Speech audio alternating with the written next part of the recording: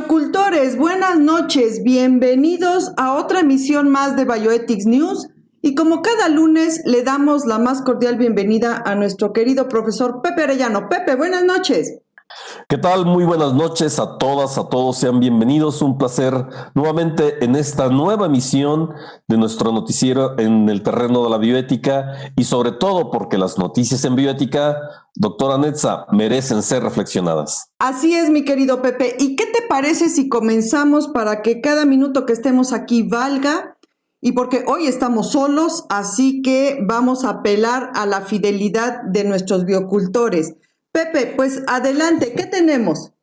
Solos pero bien acompañados, hay que decirlo, tenemos varios ya personas que de manera cotidiana nos han estado visitando de la ciudad de León, Guanajuato, de Puebla, de la Ciudad de México, de Nayarit y de 9 países donde ya nos están viendo, sobre todo en Latinoamérica y en España.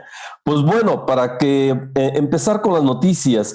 Mira, hay un video, un promocional realizado por la UNAM que me parece muy importante resaltar y ojalá que lo puedan por ahí buscar, sobre todo a nivel de redes, sobre la importancia que tiene el cuidado en esta época que ya la tenemos encima, que es la entrada del otoño, y con ello la llegada de la influenza. La pregunta central y la pregunta ética y de cuidado de nosotros y de los demás, si ya tenemos una pandemia terrible que ha costado la vida a casi ya más de 60,000 personas en nuestro país y que hoy por hoy ya nos está llegando, insisto, el otoño, la influencia, la pregunta que varios académicos y personas de un gran renombre nos están realizando para que reflexionemos, pero sobre todo para que llevemos a cabo una acción precisa, es ¿por qué tener 2 pandemias? Se nos vienen 2 pandemias. La pandemia actual, que ya tiene varios meses y de la cual pues todos y todas hemos recibido sus embates. Ahora se nos viene la influenza. Y el problema de la influenza, es que tiene exactamente los mismos síntomas del COVID. Dolor, fiebre, estornudo, dolor de cabeza, etcétera, etcétera, etcétera. Lo cual puede llegar a complicar mucho más las circunstancias por las que atraviesa el país. Si bien es cierto, para la vacuna del COVID no tenemos, no existe una vacuna para el COVID, sí tenemos una vacuna efectiva y segura contra la influenza. Así personas, los digo muy rápidamente, como los doctores Francisco Moreno, que es un infectólogo del Centro Médico ABC, el doctor, una eminencia, Antonio Lascano, miembro del Colegio Nacional de la UNAM, el doctor Alejandro Macías de la Universidad de Guanajuato, la doctora Susana López, que es una viróloga muy prestigiada también de la UNAM, el doctor Carlos Arias, el doctor Arturo Reyes, Carol Perelman, una difusora de la ciencia, y la doctora Julieta Fierro, que es esta prestigiosa astrofísica de la UNAM, nos hacen una invitación, y bueno, este mismo programa se une a esta invitación, de que nos vacunemos contra la influenza. Si ya tenemos, insisto, una pandemia, ¿por qué tener 2 pandemias? Esta es una invitación general para que, en efecto, todas y todos nos vacunemos contra la influenza y no olvidar el uso del cubrebocas. Hoy más que nunca es importante el cuidado de la salud de nosotros, de los demás y empezar ya de una vez por todas a asumir este cambio conductual. Doctora Netza. Mira, Pepe, es muy loable el esfuerzo. Yo creo que no hay esfuerzo menor en lo que se nos viene de frente. Lo hemos ya dicho en otras emisiones, en otros programas, principalmente en el Jueves Biocultor, que la noción de autocuidado tiene que ir más allá de una simple indicación médica, o sea, de creer que solo son medidas médicas. Tiene que entenderse que va incluso al grado de qué tanto te interesa sobrevivir a lo que estamos viviendo.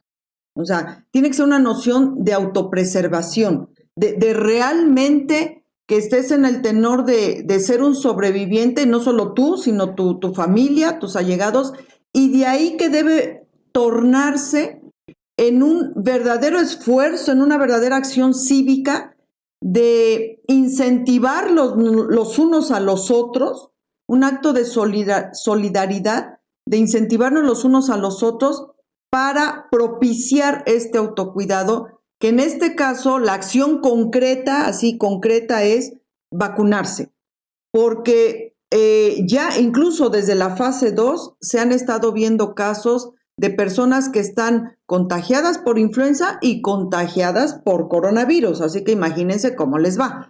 Entonces, si ahorita el coronavirus, este es el momento que no vemos la luz al final del túnel, yo creo que se torna pues razonablemente sencillo entender lo que se nos viene con la influenza estacional y que se nos puede prolongar la situación que ahorita estamos viviendo. ¿Qué quieres? Junio, julio del año que entra. Entonces, yo creo que de verdad, si tanto apelamos y tanto ensalzamos la capacidad racional del humano, pues es hora de ponerla a funcionar en pro de uno, de cada persona y de todos. Y ya si no, por lo menos por amor de Dios, aunque sea por acto de egoísmo a ultranza, que se vacunen, así. No quieren padecer más allá de que se vacunen. Yo creo que te agradecemos que nos sumes a esta iniciativa, porque los que quieran seguir en el tono de escepticismo no tienen ni idea de lo que se nos viene encima. Entonces, sanamente, ya empezar en octubre, que se abren las campañas, etcétera, de vacunación, empezar a brevar del asunto, Pepe. Porque sí, se puede poner más negro de lo que ya ha estado. Sí, totalmente de acuerdo. La invitación está hecha. Hay que vacunarnos todos, hay que informarnos, hay que derribar esos mitos de los famosos movimientos antivacunas. Hoy por hoy es necesaria el cuidado de sí, pero también hay que derribar el egoísmo y pensar también en los demás. Hay que usar el cubrebocas cuando estemos en la calle, cuando estemos con otras personas. Y esta invitación creo que es una invitación que debemos de estar difundiendo una y otra vez. El otoño se nos viene, tenemos una pandemia encima, no tenemos por qué tener dos pandemias, doctora Netza. En otros términos, y esa es una noticia importante, sobre todo para todas y todos los interesados en el ámbito de la bioética, salió hace algunas semanas la encuesta 2020 de la Comisión Nacional de Bioética, en donde yo invitaría a todas y a todos que ingresen a la página oficial de la Comisión Nacional de Bioética, porque se encuentra un informe sobre las necesidades de capacitación, los propios comités estatales de bioética y los ámbitos de interés que a nivel nacional son demandados. Por ejemplo, quien está actualmente requiriendo más capacitación en el terreno de la bioética, con un 54% son los hospitales, un 2% las organizaciones civiles, los servicios estatales de salud un 5%, el ámbito legislativo un 7%, colegios y asociaciones médicas un 8%, universidades 11% y comités de ética de investigación en todo el país un 13%. Esto nos habla que la mayor preocupación o la mayor demanda en estar formados en bioética proviene de los comités hospitalarios de bioética. Y esto nos hace también reflexionar y pensar de que aquellos que estamos implicados o interesados en el ámbito de la bioética debemos de seguir fortaleciéndonos y fortaleciendo sobre todo aquellas instituciones que tenemos poca demanda en este tipo de reflexiones, como puede ser el ámbito legislativo, las propias organizaciones civiles y los servicios estatales de salud. ¿Cuáles son los temas nodales en los cuales se está demandando sobre todo una formación en el terreno de la bioética, con un 47% bioética y políticas públicas, pero del lado extremo se encuentra los cuidados paliativos y la voluntad anticipada. Evidentemente hay cierto tipo de temáticas, 5 por lo menos, donde existe la necesidad y la demanda, acorde a esta encuesta, de que debemos de procurar y fortalecer más cursos en el ámbito de bioética y políticas públicas, grupos vulnerables, derechos humanos, la metodología de análisis en dilemas bioéticos y la evaluación ética de los protocolos de investigación. Este pues es un llamado a todas las instituciones y a todas las personas, porque justamente requerimos seguir forjándonos y formándonos en estos temas, pero a la vez también tenemos que seguir capacitando a los demás. Y creo que este programa cumple justamente con uno de los ejes nodales de la bioética, que es informar e informarnos. Doctora Netza. Bueno, Pepe, pusiste el dedo en la llaga, a lo mejor sin querer, porque mira, yo tengo mi particular postura al respecto, que no es nada políticamente correcta. Porque por un lado, ok, ya está ahí plasmada la necesidad, pero por el otro, reiteradamente se ha hecho énfasis en la situación de que tú no le puedes pedir a un comité hospitalario de bioética que se capacite, que funcione, que etcétera, etcétera, si no le das el espacio. O sea, todos los miembros, hablando de profesionales de la salud, miembros de comités hospitalarios de bioética, están ahí por un acto, altruista a ultranza, pero no tienen material para ejercer la función, no tienen el espacio, no tienen no tienen un espacio donde se les libere de ciertas actividades. O sea, tienen que hacer todo lo que tienen que hacer, todas sus obligaciones laborales, y además darle sostén y funcionalidad al Comité Hospitalario de Bioética. Entonces, es imposible que estas personas se capaciten, estén actualizados, inviertan tiempo, dinero, esfuerzo para darle conformación a los comités hospitalarios de bioética prácticamente con cero apoyo de las instituciones, no solo las hospitalarias, los hospitales en concreto, sino incluso más arriba, y hablando incluso de la misma Comisión Nacional de Bioética, que de pronto parece más un supervisor burocrático exigiendo reportes, exigiendo informes, exigiendo capacitación, pero ¿en qué momento esa institución que sí tiene o sí tendría las posibilidades de hacerlo, ha hecho que se establezca el decreto, la regla, la norma, lo que sea, para que se abra el espacio y estos miembros o estas personas, estos profesionales de la salud que están haciendo un esfuerzo por darle conformación a los comités, tengan por lo menos un día al mes, sin consultas, sin cirugías, sin esto, sin lo otro, para poder dedicarse al Comité Hospitalario de Bioética. Se torna vergonzoso que los comités tengan que andar ahí pichicateando un aula, hojas blancas, etcétera, etcétera, para simplemente poder atender un caso. Entonces, que me perdone, pero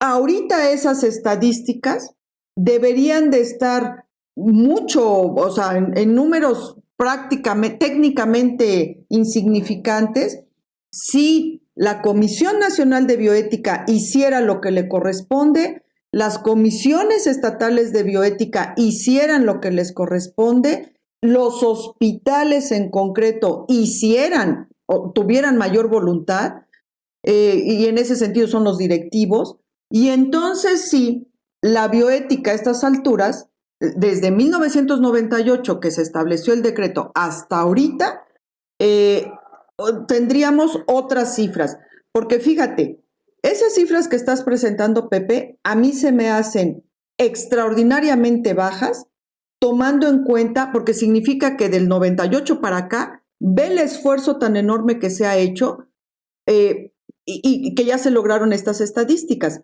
Pero se hubiesen logrado mucho mejores si estas instancias hicieran realmente algo de peso y no solo estar exigiendo buena voluntad a los miembros de los comités hospitalarios. Y yo tengo ahí autoridad moral porque ahora sí que al menos en mi microcosmos, que es Puebla, Tlaxcala, lo más cerca, prácticamente todos los comités hospitalarios de bioética de esas entidades han sido alumnos míos o fueron formados por mí.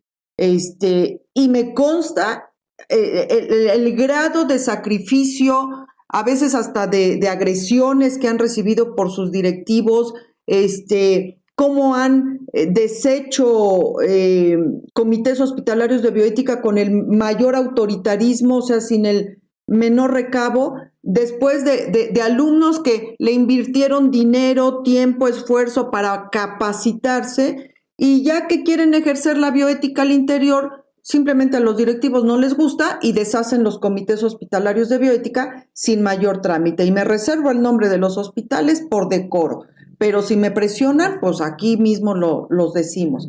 Entonces, no tiene caso el discurso edulcorante o el discurso políticamente correcto si no se ve lo que cada instancia está haciendo mal, en especial la Comisión Nacional de Bioética. Sacaron ahí también un reporte, y no quiero herir susceptibilidades, donde, por ejemplo, a la Universidad Autónoma de Querétaro, como en primer lugar, la que está haciendo actividad de educación.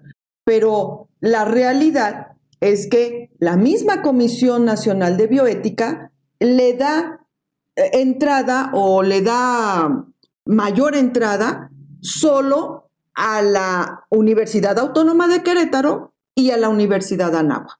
Son las dos entidades que sí gozan de la apertura, de la cobertura de la Comisión Nacional de Bioética.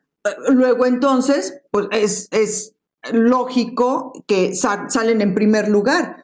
¿Pero por qué? Porque el resto de las instancias que están haciendo labores educativas a todos los niveles no gozan de ese proteccionismo, no gozan de esa apertura de la Comisión Nacional de Bioética. Entonces, pues obvio, nunca van a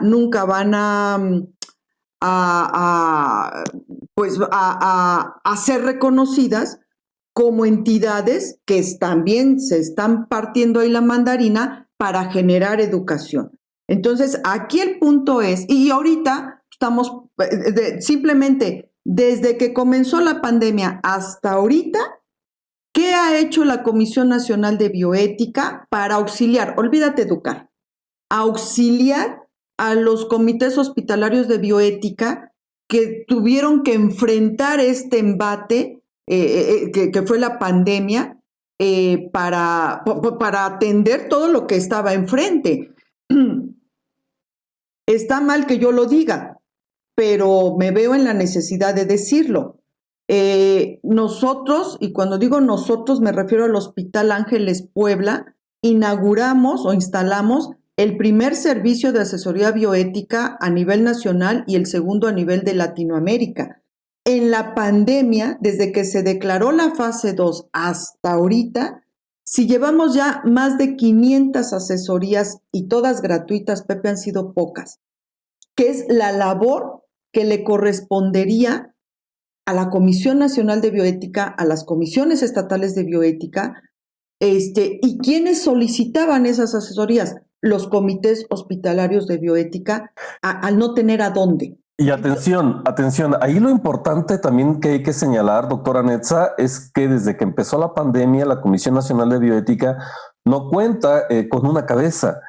Su anterior líder, el doctor Ruiz de Chávez, dejó el puesto, renunció, bueno, está de alguna forma, hasta donde tengo entendido, no lo sé, retirado, justo cuando empezó la pandemia. Exacto. Entonces, eso ha sido un factor también negativo para, desde la bioética, enfrentar las situaciones. No dudo de que todas las instituciones están haciendo su mejor esfuerzo y de que hay una serie de instituciones públicas y privadas que están acompañando en el terreno de la asesoría ética y bioética a nivel nacional. En efecto, las instituciones que tú señalas, yo pertenezco a la Universidad Autónoma de Querétaro, no...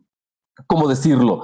Se encuentran trabajando también a marchas forzadas, o nos encontramos también trabajando a marchas forzadas, y hacemos esfuerzos por todos lados para poder seguir brindando este tipo de asesorías. Tú hablabas de que justamente el Hospital Ángeles, una institución privada, realiza este tipo de actividades de manera gratuita, y creo que ese es el tenor, creo que ese es el común denominador de la mayoría de las instituciones. También faltó por ahí decir el mismo programa universitario de bioética de la Universidad Nacional Autónoma de México, en donde desde distintas fronteras y desde distintas trincheras se ha venido trabajando con un esfuerzo mayúsculo por justamente llevar no solamente la bioética a todas las personas que así lo requieran, sino un esfuerzo todavía mayor, que es llevar la ética a la bioética. Doctora Netza. Sí, pero que no podemos seguir así. Mira, esto me recuerda mucho cuando se instaló en México el programa de trasplantes y donación altruista. Estoy hablando ya unas cuantas primaveras atrás.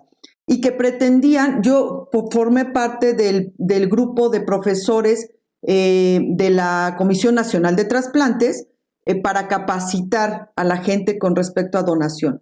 Entonces, en aquellos talleres se pretendía que los promotores de trasplantes trabajaran así pro bono. Obvio, el programa de donación y de donación, sobre todo cadavérica, pues no avanzaba ni un centímetro. Entonces llegó un momento en que se entendió que no puede sostener todo un programa a punta de buena fe. O sea, llega un momento en que debe haber una inversión institucional para poderle dar soporte. Ahora, aquí en este caso concreto, que son las comisiones, los comités hospitalarios de bioética, que a final de cuentas es la herramienta fundamental, la célula fundamental para darle eficacia a todo esto, no están pidiendo que les paguen más dinero, simplemente están pidiendo espacio y tiempo. O sea, no puedes atender un caso, no puedes atender todo lo que la logística del comité exige, atendiendo 30 consultas diarias o atendiendo esto y lo otro, y además atender lo del comité. Entonces, lo que se está pidiendo es algo tan básico se convierte en algo penoso, que una instancia de la envergadura de la Comisión Nacional de Bioética no puede hacerlo. Ahora, efectivamente, no vamos a hacer ahorita aquí un petit Brunois del doctor Ruiz de Chávez, pero te vas, pero no te vas así. O sea, dejas a alguien que ya te supla, ves la secuencia de la jefatura y le das continuidad a la institución, que te guste o no, pues valga la expresión un poco corriente, pero me parece que ubicada, que te dio de comer cuántos años y que te dio cierto margen de desarrollo profesional cuántos años. No te vas así. O sea, la gente de bien se va como gente de bien. Resultado, dejas una institución de ese calibre acéfala, sin ton ni son, que los primeros meses, te repito, solo se dedicó a exigir informes de actividades, con el coronavirus aquí en fase 3 y teniendo que armar informes burocráticos para que vean qué estás haciendo. No, yo creo que, ¿qué dicen los estatutos al respecto? Con respecto, se va a la cabeza, ¿qué dicen los estatutos para inmediatamente poner a alguien ¿Dónde está el consejo consultivo para hacer que esa entidad haga lo propio, simplemente haga lo propio? Yo creo que las personas que están actualmente participando en la Comisión Nacional de Bioética, conozco a varias de ellas, tienen toda la formación y tienen toda la, ¿cómo decirlo?, la intención moral de sacar adelante a la Comisión Nacional de Bioética, que hoy por hoy se requiere este tipo de críticas fuertes, sin lugar a dudas, que está realizando, doctora Netza. Pero en esta marcha, en esta puesta en escena, creo que el apoyo de todas las instituciones y de todas las personas que amamos el terreno de la bioética, tendríamos también que estar allí presentes, apoyando y metiendo el hombro en una situación donde lamentablemente no encontramos a veces el camino y no encontramos a veces las maneras y las formas de poder seguir apoyando. Pues ese es el dato, este es el fenómeno por el cual estamos atravesando, para bien o para mal, pero que críticas como las que estás tú realizando de manera fuerte deben de ayudar y deben de ser escuchadas y deben de ser de alguna forma comprendidas, no solamente, insisto, por la Comisión Nacional de Bioética, sino por todas y todos aquellos que estamos comprometidos con la difusión de algo tan importante, porque en ello nos va la vida, de la consideración ética en nuestras vidas. Doctora Netza, pues sí, ¿qué más nos tiene? Por eso no soy amada, porque cuando hay que ser brutalmente honesto, pues hay que serlo, Pepe. Pero bueno, mientras, yo creo que tenemos que hacer lo que a nuestras posibilidades da. Nosotros estamos aquí en este tenor de divulgar, de educar, de ayudar, de asesorar, y creo que hemos sido consistentes desde el día 1 de la pandemia, o sea, cuando todavía la pandemia ni llegaba en pleno y nosotros ya estábamos en esta labor, y yo creo que independientemente de cómo resuelvan el problema institucional, nosotros debemos seguir siendo congruentes en nuestra convicción con respecto a la bioética. Y en ese sentido, Pepe, pues creo que dijiste algo que yo me gustaría redondear. No fue la Comisión Nacional de Bioética ni las comisiones estatales, y mucho menos las comisiones estatales de bioética, las que marcaron la pauta en esta primera ola pandémica. Fue efectivamente instancias universitarias, instancias civiles, los biocultores en general, y yo creo que nos debemos quedar con esa satisfacción de que supimos levantarnos, a lo mejor no logramos una organización global, nacional, como debió haber sido, pero supimos sacar la casta, supimos dar la cara, supimos generar en los momentos de mayor angustia para todos. Ahí estaban los universitarios, los civiles, los todos, y creo que eso habla bien de nosotros, habla bien de todos los bioeticistas que estamos en este país, y que debemos tomar conciencia de que logramos hacerlo.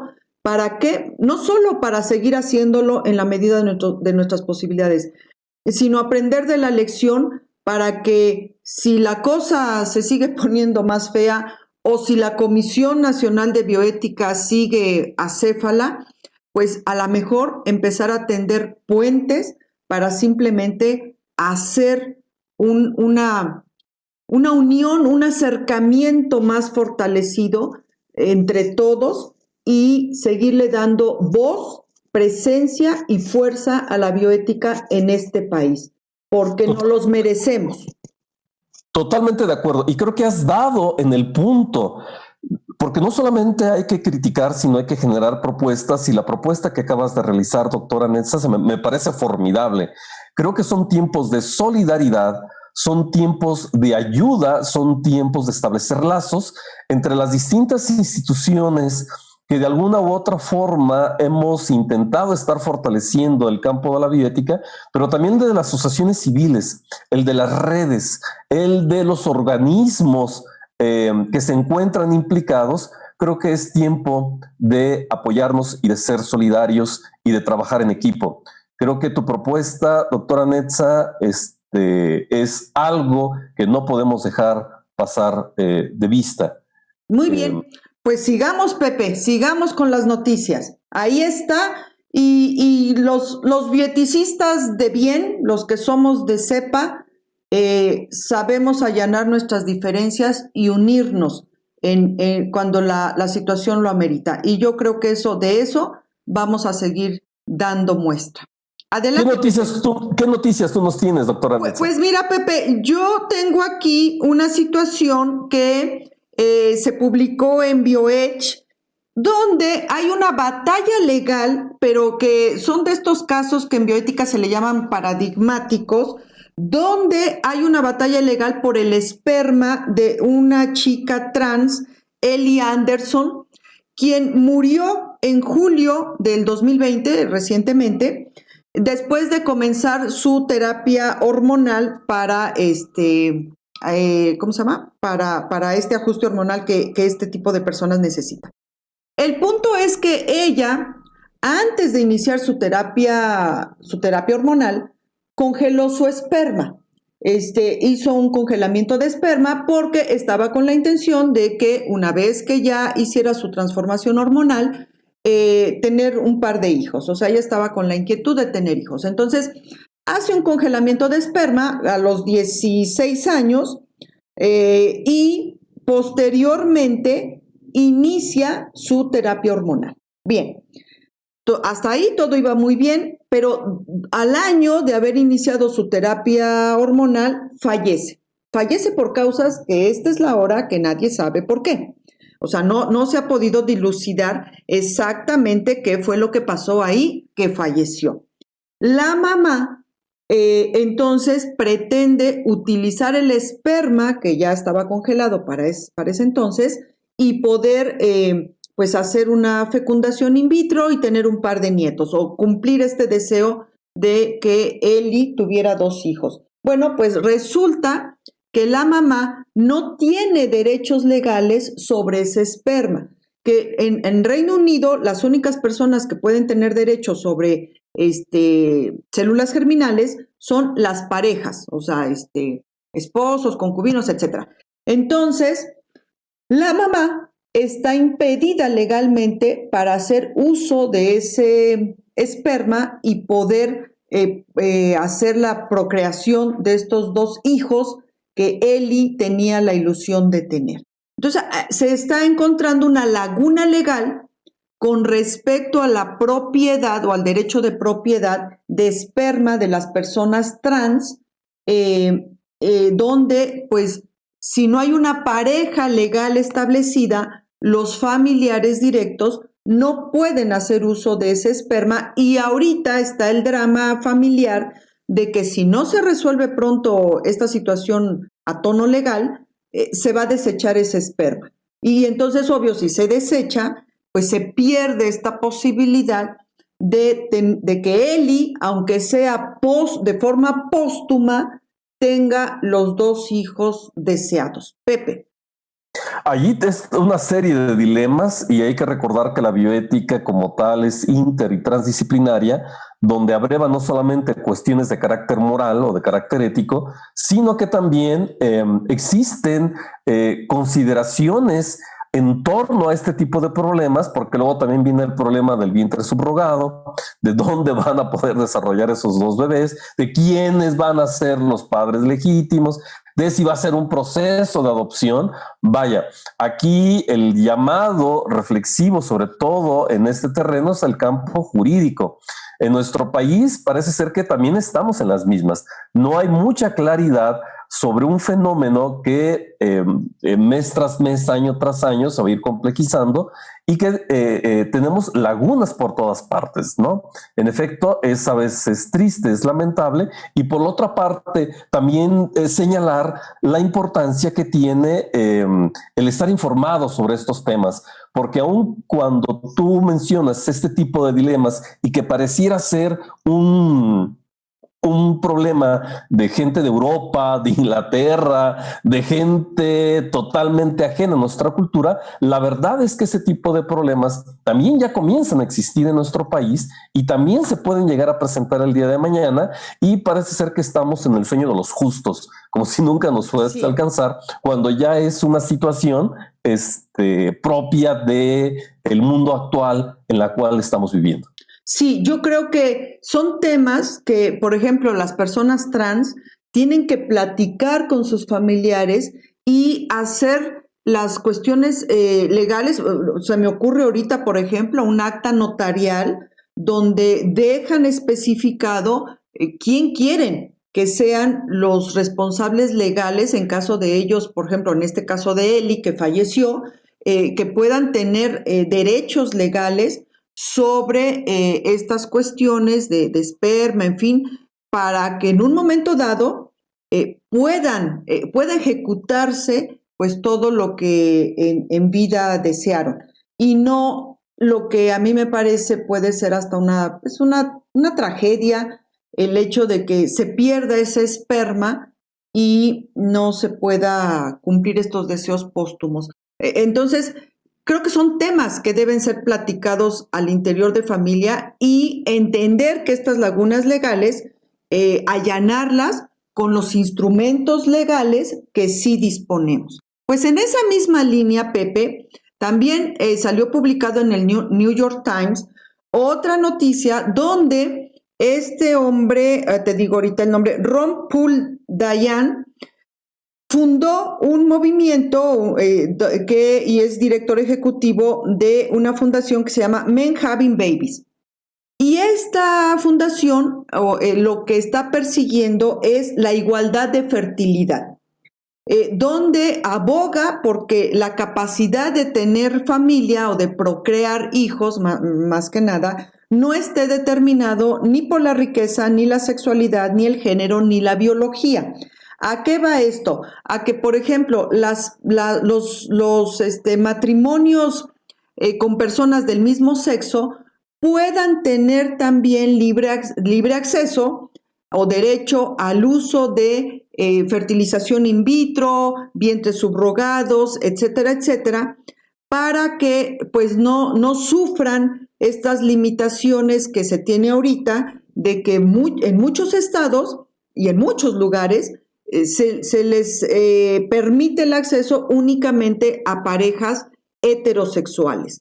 Entonces, este movimiento de Men Having Babies está abogando por la igualdad en materia de fertilidad. Pepe.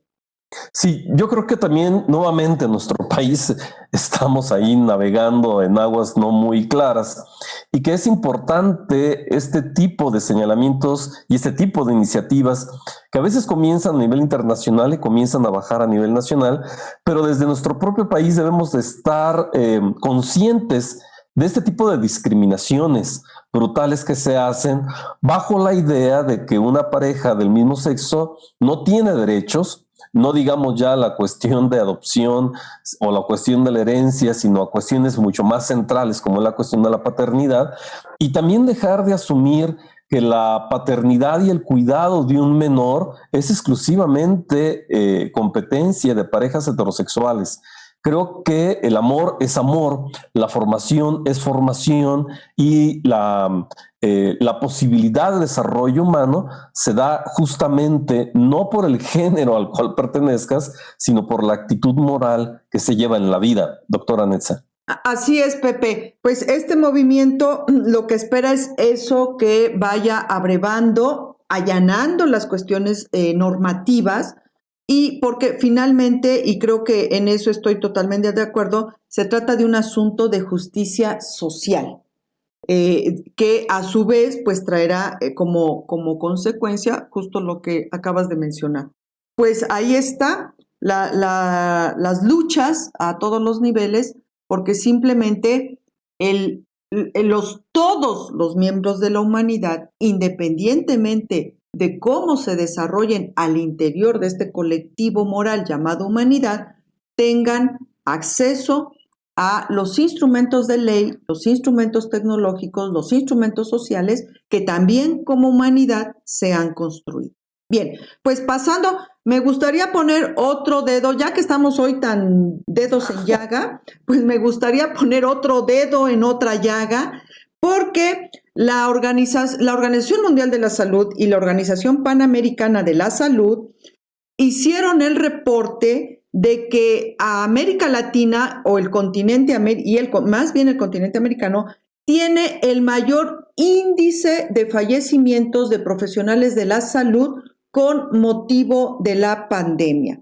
Cifran en aproximadamente 570,000 el número de profesionales de la salud contagiados, es decir, un poco más de 500,000 en América, siendo México y Estados Unidos los primeros lugares en este índice, donde suman casi el 85% de todas las muertes de profesionales de la salud por la pandemia, la actual pandemia, y de ese 85%, 3/4 partes son mujeres.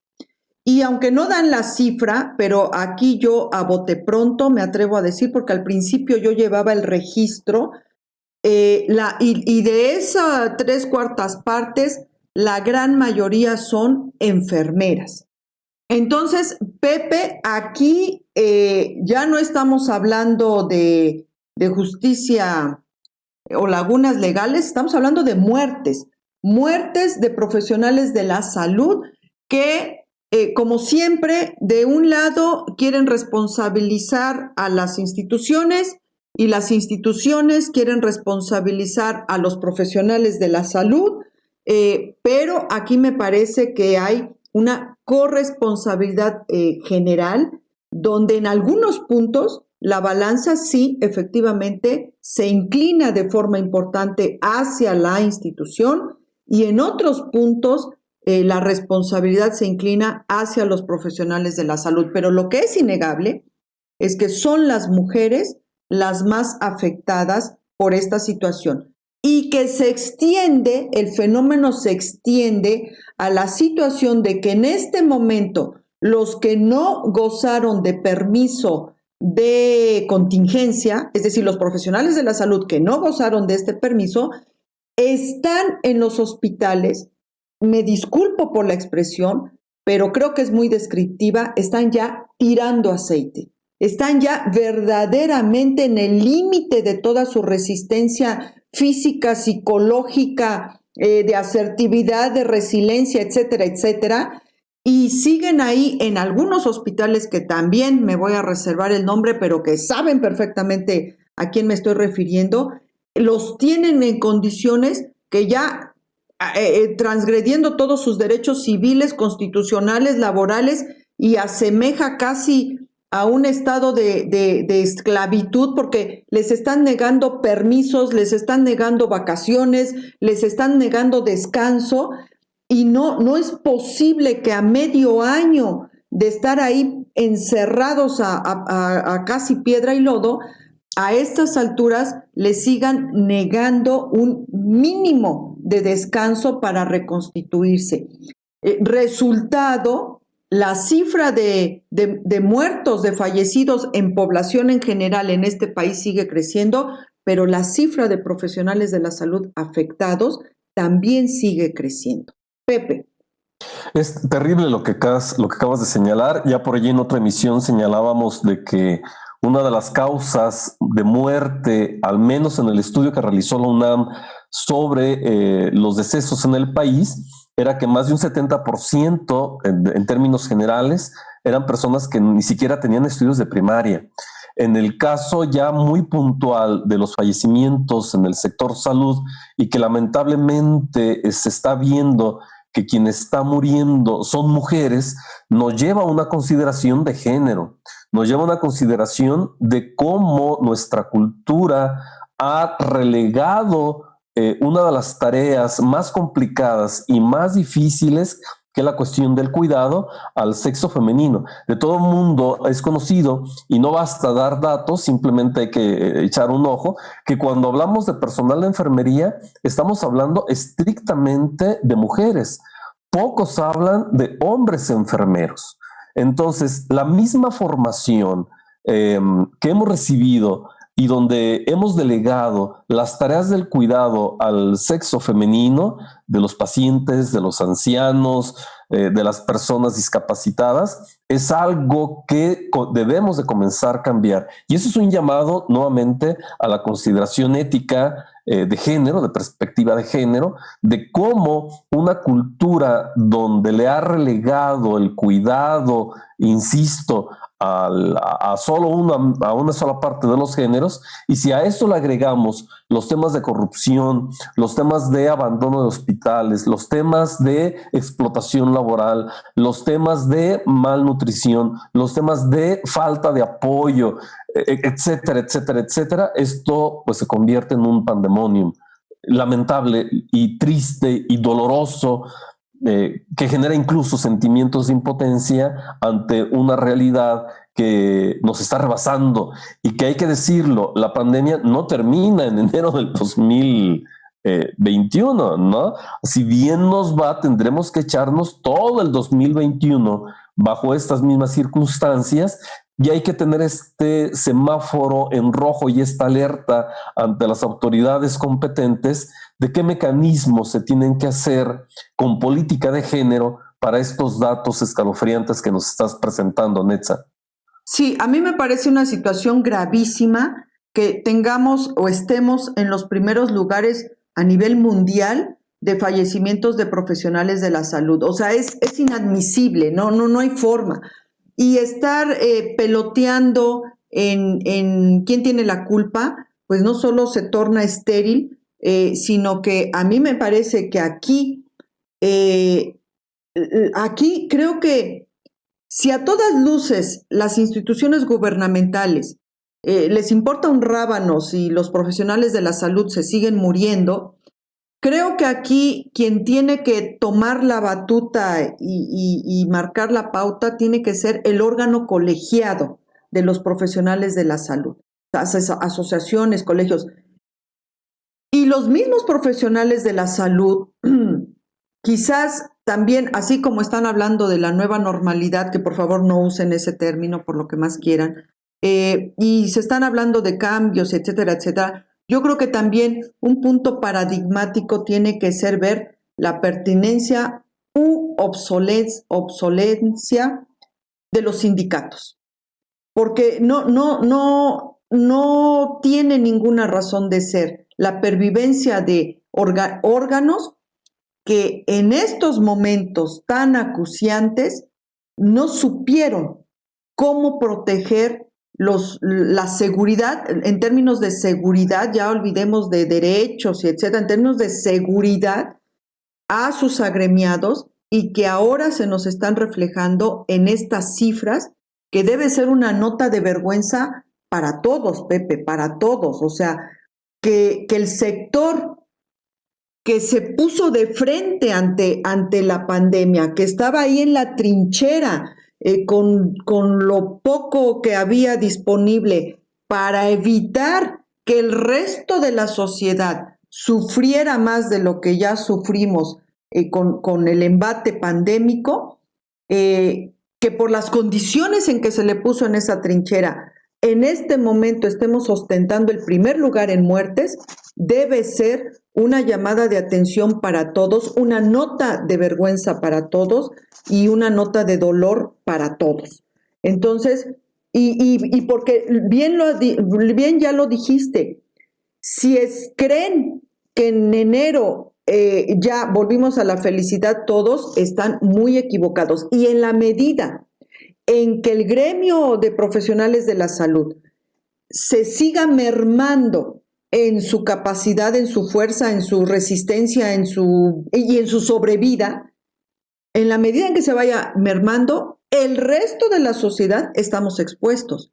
Porque entonces llega un momento, yo al menos ya tuve varios testimoniales de varios pacientes que no encuentran médico quien los atienda, porque ya se murió, está contagiado, y literal no encuentran un médico que los atienda. Entonces, ojo con seguir vulnerando al gremio médico o al gremio de profesionales de la salud, porque ahí estoy incluyendo a todos, y cuando es todos es camilleros, trabajadores sociales, administrativos, enfermeras, enfermeros, etcétera.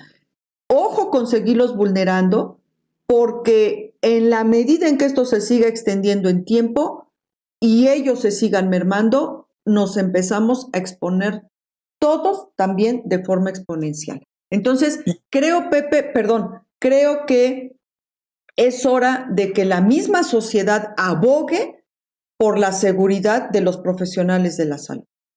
Y esto último que acabas de decir, permíteme cerrar este comentario final, es un llamado a la sociedad a proteger desde la parte que nos pueda llegar a corresponder a todo el personal de salud, a todas esas personas que están ahí. Vaya, no me gusta decir el concepto héroe porque suena así como un halago vacío. En realidad creo que va mucho más allá de lo que puede significar actos heroicos, y que lamentablemente vemos a veces de distintos sectores o distintas personas que agreden físicamente a las personas, o que, como ya ha ocurrido en nuestro país, incluso han incendiado clínicas o hospitales, ¿no? O les arrojan cloro. Ese es pues un llamado a la solidaridad, a la comprensión, al apoyo. Del otro lado también tenemos el lado opuesto, ¿no?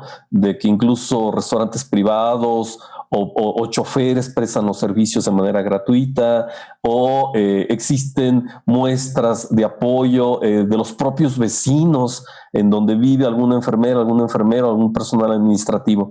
Creo que hoy debemos todos de cerrar filas con las personas más valiosas y más necesarias de ayer, de hoy y del año que viene, que es justamente el personal sanitario que está en primera fila ante esta pandemia. Así es, Pepe, dejarnos ya y pónganle ahí unos 3 puntos suspensivos y entender lo básico, porque esto no se ha acabado, señores, esto no se ha acabado. Mientras, yo creo que dices bien, cuesta trabajo encontrar las palabras que no suenen a halagos vacíos. Efectivamente, cuesta trabajo, y creo que tenemos que dejarlo por el momento en un abrazo fraterno, profundo, y quizás un poco de silencio, como acto de constricción pero al mismo tiempo de profundo reconocimiento al sacrificio que hicieron todos estos profesionales de la salud, que incluso lo pagaron con su vida al estar ahí en la trinchera, de alguna forma defendiéndonos a todos. Creo que un poco de silencio es el mejor homenaje que se les puede hacer. De acuerdo. Cerremos nuestro programa. Pues cerramos, Pepe, cerramos. Gracias, biocultores, por habernos acompañado el día de hoy, y los esperamos el próximo lunes con más de Bioethics News. Pepe, nos despedimos. Porque las noticias en bioética, aunque nos duela la crítica, necesitamos seguir reflexionando y pensándolas. Muy buenas noches. Así es, Pepe. Y recuerden, por el bienestar de todos, cultivemos bioética, biocultores. Hasta la próxima, nos vemos. Gracias.